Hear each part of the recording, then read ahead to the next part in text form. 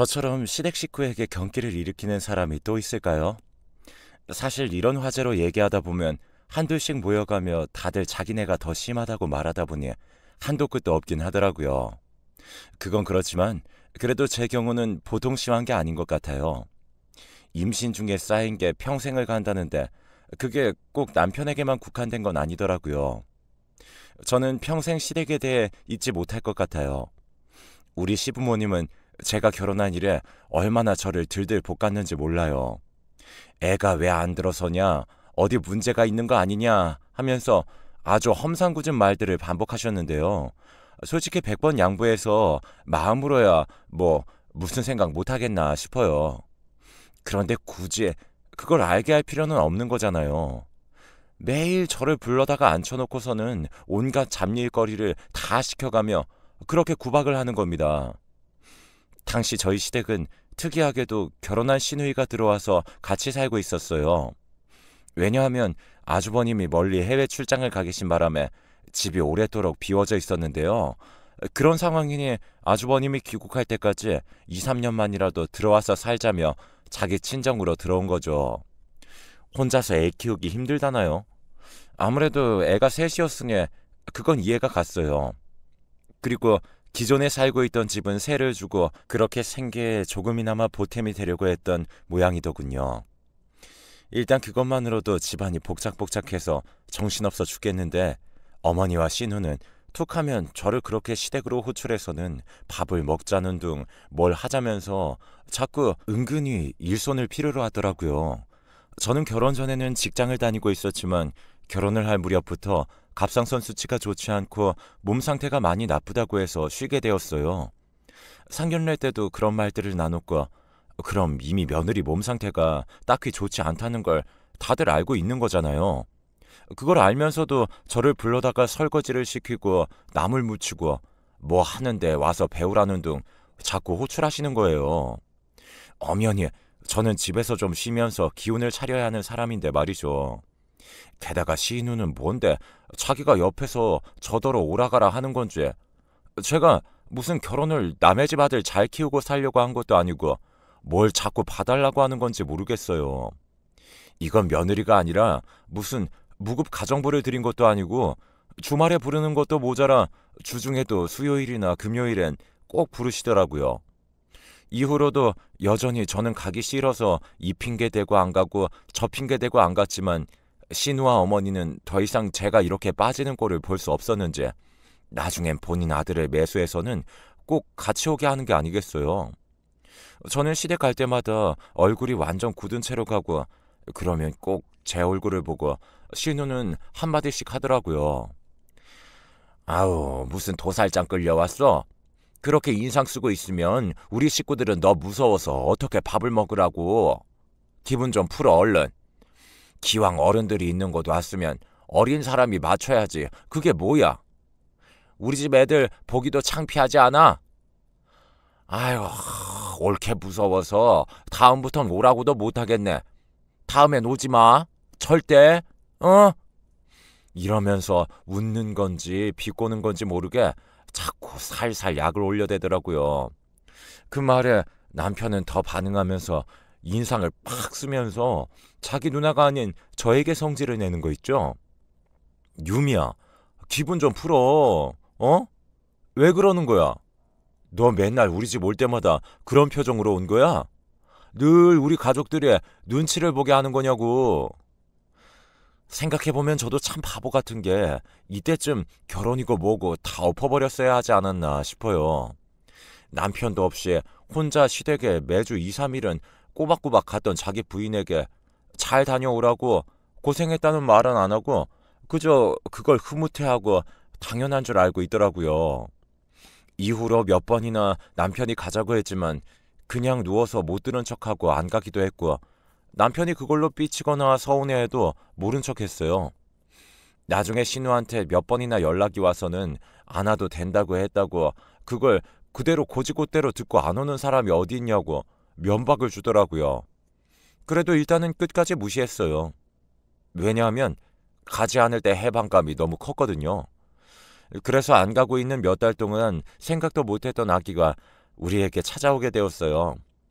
아무래도 그간 제 몸이 안 좋기도 했지만 일단 마음 상태가 편안해서 그랬던 걸까요? 정확한 이유는 알 수 없지만 아무튼 이런 소식 자체는 너무 기뻤죠. 초기부터 무척 조심했고 제가 몇 번이나 남편을 말린 탓에 임신 안정기가 되어서 양가에 소식을 알릴 수 있었답니다. 일단 양쪽에서 다 기뻐하시긴 했는데 시댁에서는 성별부터 빨리 알아오라며 무슨 아기를 위한 안전검사 같은 내용들은 관심도 없는지 그것만 자꾸 성하시더라고요. 정말 그쪽 집안과 도저히 상종하고 싶지 않을 정도로 정 떨어지게 하는 말만 차고 넘쳤어요. 남편은 바보같이 또 그 내용들을 저에게 그대로 전달해 오는데 제가 너무 스트레스 받아서 그런 얘기 좀 하지 말라고 했습니다. 명준 씨, 어머니랑 형님이 하신 말들 좀 나한테 일일이 다 전하지 마. 자기도 나한테 그런 말 하면서 내가 기분이 좋을 거라고 생각하는 거야? 듣고 서로 기분 나쁠 얘기들을 왜 자꾸 그렇게 하는 거야? 듣고 뭐 나보고 행동을 고치던지 변하라고? 내가 왜 그렇게 해야 되는데? 그러자 남편도 나름 뭐가 쌓였던 건지 또 따지기 시작하더군요. 내가 뭐 너한테 대단한 얘기라도 했어? 그냥 우리 누나랑 엄마가 성별을 궁금해한다는 얘기잖아. 그런 얘기들도 못해. 손주랑 조카를 봐서 너무 기쁘고 좋아서 그런다는데 너 진짜 예민하고 별난 것 같아. 그러니 어른들이랑 어울리지도 못하고 맨날 자리를 피하기만 하지. 나도 이제 장인어른이랑 장모님한테 전화 오면 안 받을 거야. 진짜 기가 막히다 못해 코가 막힐 지경이더군요. 대체 어쩌라는 건지. 그래서 마음대로 하라고 했어요. 마음대로 해. 언제 우리 엄마랑 아빠가 당신한테 전화한 적 있어? 아니, 그러는 당신은 먼저 우리 집 사이가 되어가지고 안부 전화라도 한 적 있냐고. 나보고는 안부 전화 일주일에 한 번씩 안 한다면서 맨날 어머니랑 형님한테 전화가 그렇게 걸려왔는데 자기는 뭐 하는 거야? 우리 집에서 매일 당신한테 쪼아대는 가족이 누가 있는데? 뭐야? 쪼아댄다고? 말 다 했어 너 지금? 이쯤 되니까 신우랑 어머니가 딱히 이상한 게 아니었음을 너무 늦게 깨달았지 뭡니까? 그냥 이 집은 다 한통속이에요. 남편부터 시어머니, 신우, 그냥 가족이기에 다 이런 인간들이었을 뿐이더라고요. 그런데 제가 늦게 알았고 남편은 그 안에서 괜찮은 사람이며 내 편을 들어줄 사람으로 잘못 착각했던 거예요. 어머니랑 신우는 그냥 자기 동생이자 아들을 장가 보내놓고 걱정이 많아서 유난히다 못해 저렇게 사람을 미친 듯이 잡아대야 성이 풀리는 이상한 사람들이라고 생각했거든요. 남편은 이런 부분에서 중재를 잘 해주겠지. 나는 남편만 믿고 결혼했으니까 이렇게 생각했는데요. 결국 시집살이는 남편이 시키는 것이더라고요. 남편이 이런 식으로 생각이 꽉 차 있으니 시댁에서 저를 만만하게 보고 선을 마구 넘어대는 것 같았죠. 아무튼 저는 이런 상황을 더는 봐줄 수가 없어서 남편과 냉전 중에 들어갔고 성별이 나온 이유도 남편에게만 말했을 뿐 시댁에 따로 연락은 안 했어요. 남편도 제가 자기네 가족들과 전혀 연락 안 하는 모양새를 보고 포기했는지 본인이 직접 말을 했나 봐요. 하루는 집에 누워있는데 어머니께 전화가 온 거예요. 누워서 받다가 너무 스트레스가 받아서 그만 자리에서 일어났어요. 유미, 너 딸 가졌다며? 명준이한테 연락받았다. 너는 네가 입이 있으면 직접 찾아와서 말을 할 것이지. 그걸 꼭 남편을 통해서 전해야겠어. 이때부터도 뭔가 짜증나고 싫었는데 갈수록 말 같지도 않은 얘기만 거듭하시더라고요. 그리고 이 집에 와서 처음 애를 가졌으면 웬만하면 아들을 가졌어야지. 웬 딸이야 대체. 나보고 명준이 할머니나 어른들한테 어떻게 말을 하라고. 네가 좀 관리를 잘해서 노력을 했어야지. 아이고 여자가 되어서는 그놈의 씨 하나 제대로 못 골라서 냉큼 딸을 가져버리면 어떡하냐. 아유 잔말 말고 둘째는 꼭 아들 낳도록 해야 한다. 진짜 무슨 아기로 협박하는 폭력배도 아니고 조선시대 말기도 이런 식으로 말하는 시어머니가 있었다면 분란이 일어나지 않았을까요? 가뜩이나 불편한 몸 이끌고 힘든 며느리한테 이런 식으로 말을 해야 하는 건지 저는 대답도 제대로 하지 않고 그냥 전화를 끊어버렸어요. 그게 또 마음에 안 들어서는 남편에게 전화해서 얼마나 난리를 치셨는지 남편은 들어오자마자 저한테 씩씩거리면서 엄마 전화를 대답도 않고 끊었냐며 할 말 많아 죽겠는데 제가 전화를 안 받는다며 머리끝까지 화가 나셨다고 합니다. 그러면서 저 때문에 너무 스트레스 받아서 화병 나서 알아 누우셨다며 빨리 사과를 드리러 찾아가 보라고 하는데 이때부터 저는 정말 남편이 인간처럼 느껴지지 않았어요. 어떻게 뱃속에 자기 자식을 임신하고 있는 부인한테 곧 죽어도 자기 엄마와 누나가 우선이 되어서는 저런 말들을 해댈 수 있는 걸까요? 저는 억울하고 화가 나서 눈물을 끄끄거리며 참으면서도 절대로 무슨 일이 있어도 전화를 다시 걸지 않았어요.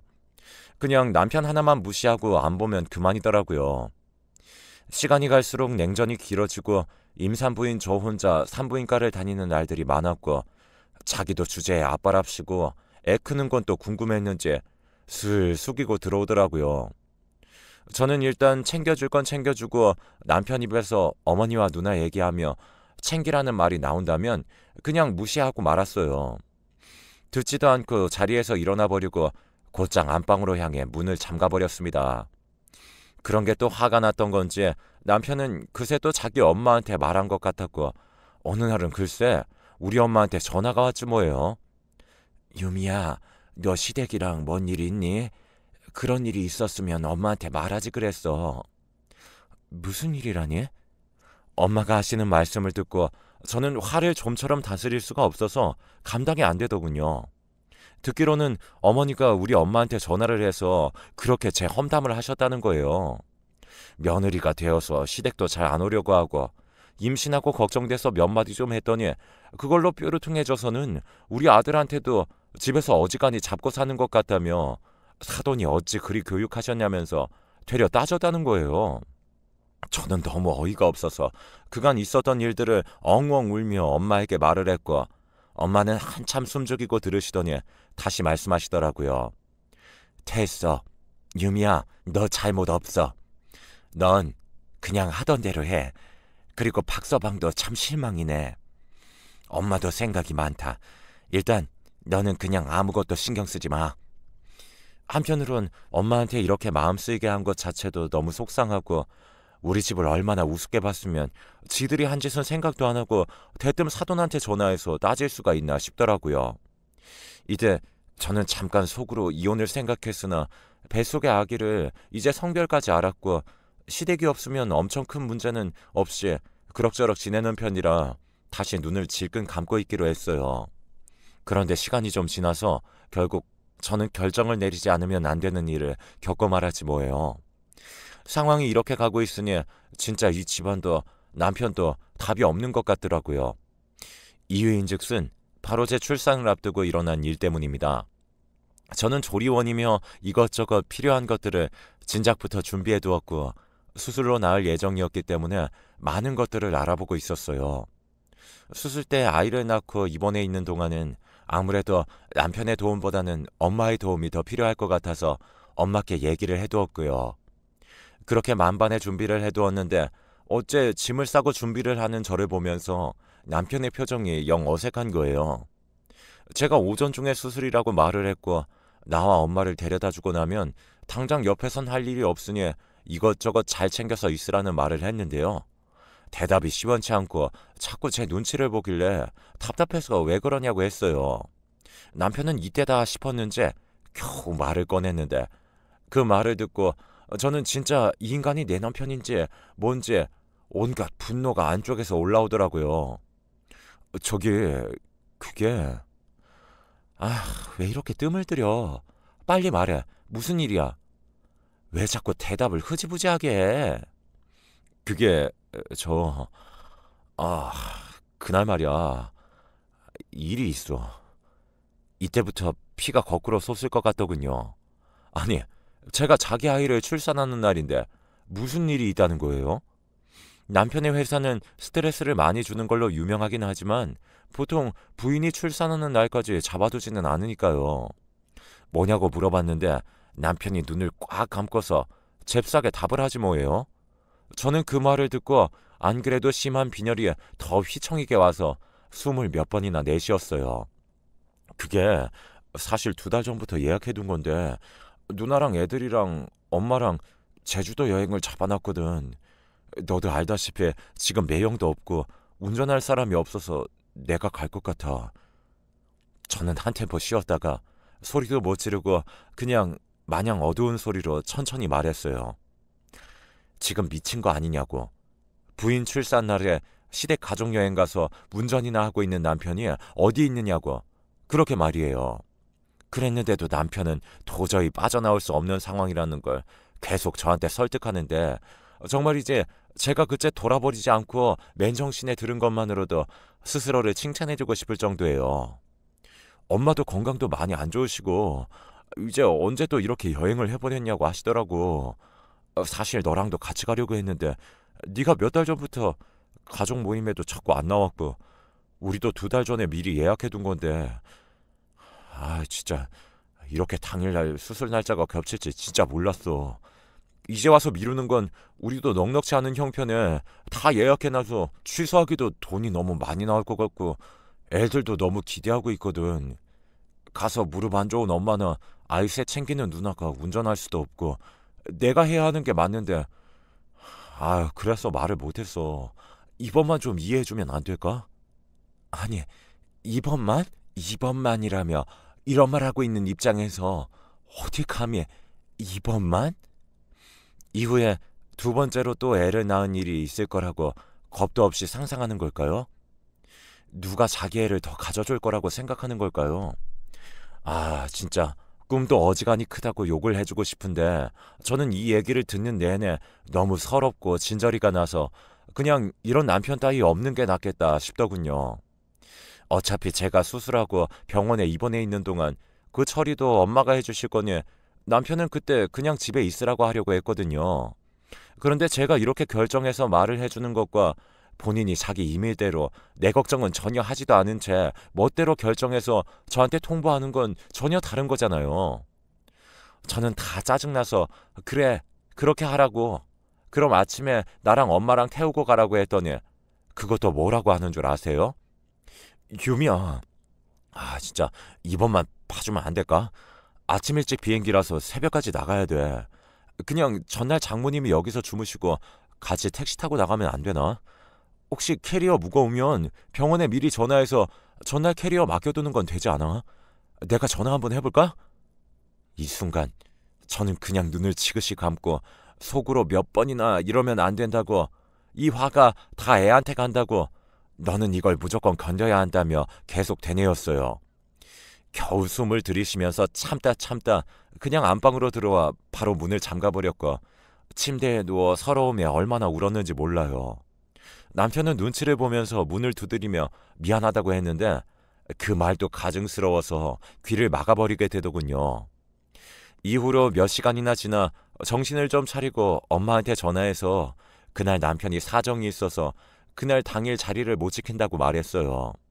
엄마는 너무 황당해 하시면서 애 낳는데 아빠가 어디가 있는 거냐고 어이없어 하시더라고요.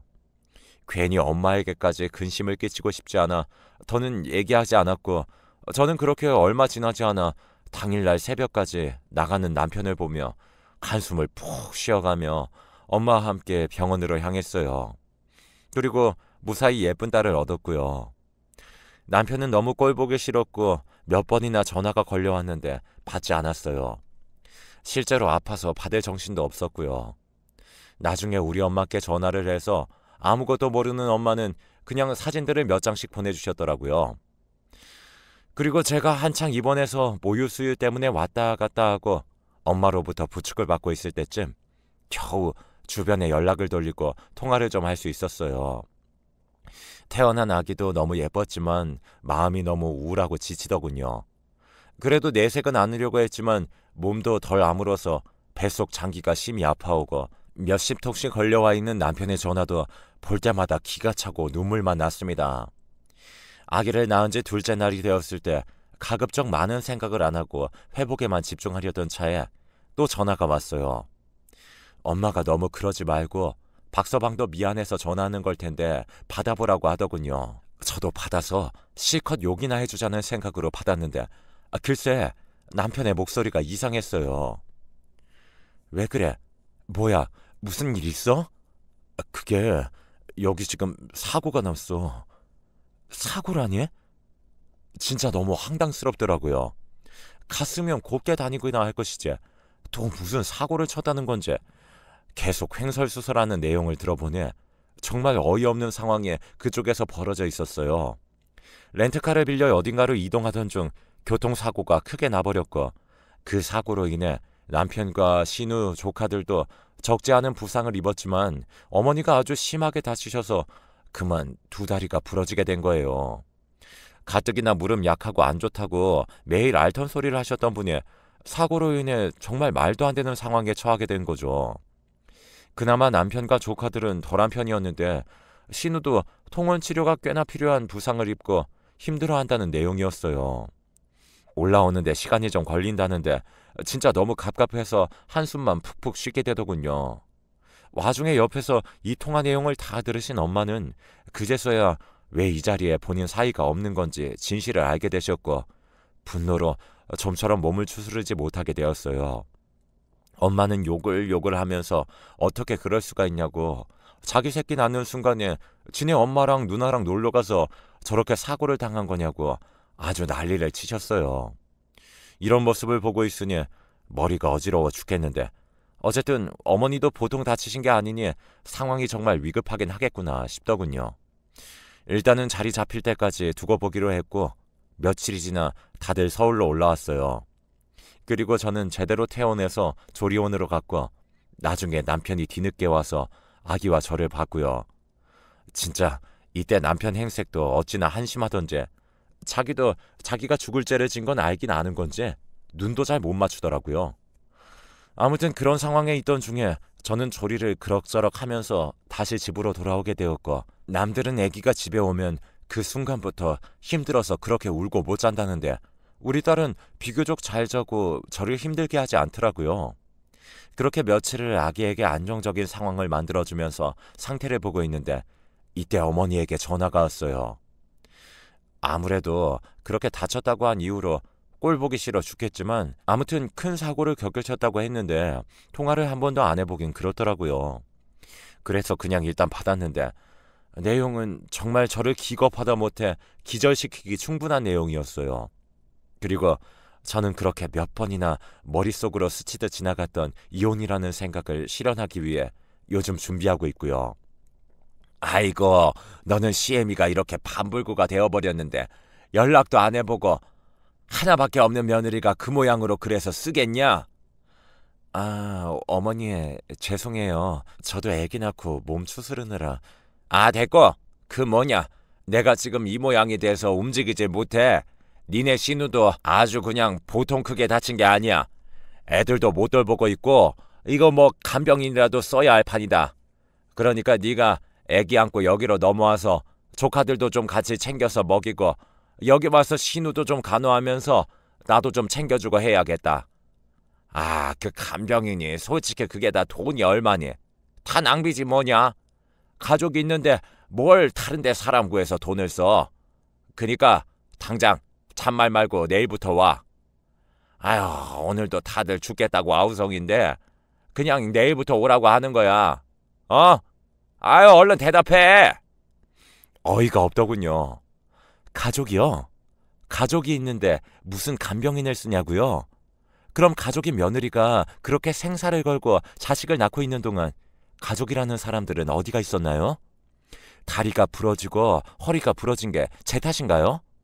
저도 수술하고 몸이 다 아물지 않아서 최대한 누워있기만 하고 있고 애기도 제대로 못 안아보고 있고 먹이는 거, 기저귀 채우는 거 다 저희 친정엄마가 하고 있는 현실인데 뭐라고요?